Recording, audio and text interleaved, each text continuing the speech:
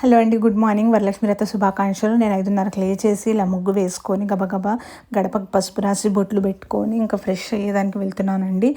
ఇగోండి ఇట్లా నేను సింపుల్ చీర తీసుకున్న వరలక్ష్మి వ్రతానికి, ఎందుకంటే చాలా చెమటలు ఉంటాయి మాకు ఇక్కడ నెల్లూరు దగ్గర. సో అందుకని ఇట్లా సింపుల్గా చీర కట్టేసుకొని వంట అనేది ప్రిపేర్ చేసేసుకుంటున్నానండి నైవేద్యానికి. ఎందుకంటే 10:30 లోపల నేను పూజకు కూర్చుందాం అనుకున్నాను.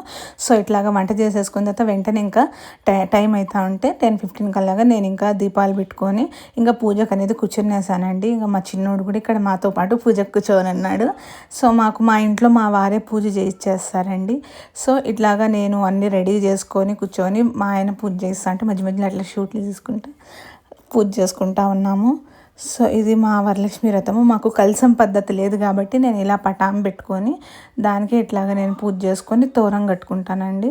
సో మొత్తం వెండి పూలతో అష్టోత్తరం చేసుకొని తోర పూజ చేసుకొని తోరం కట్టుకొని ఆ తర్వాత కథ వినేసి అదంతా నైవేద్యం పెట్టుకుంటామండి. నైవేద్యానికి నేను పులిహార, పప్పు, అన్నము, కూర, సుక్కీలు అంటాము, మా ఆంధ్ర సైడ్తో బూర్లు కూడా అంటాం మేము. అవి చేసుకొని నైవేద్యం పెట్టుకొని ఆ తర్వాత ఇట్లా ఆరతిచ్చుకొని అన్నీ అయిపోయిన తర్వాత ఆ 9 బూర్లు అనేటివి వాయినం ఇచ్చుకుంటాము. సో ఆ వాయినానికి మా రిలేటివ్ అమ్మాయి పిలిపించుకొని ఆ అమ్మాయికి వాయినం ఇస్తున్నాను. సో నేను అమ్మవారికి అట్లా చీర పెట్టుకొని నేను ఏవైతే మధ్యన కొనుక్కుంటానో గోల్డ్ అది కూడా అమ్మవారికి పెట్టేసి ఇలా పూజ చేసుకున్నానండి. పూజ అయిపోయిన తర్వాత కొంచెం శ్లోకాలు, ఖడ్గమాల లాంటివన్నీ చదువుకున్నానండి. ఇది మా ఇంటి వరలక్ష్మి పూజ. మీ ఇంట్లో ఎలా చేసుకున్నారో కమెంట్ చేసి చెప్పండి.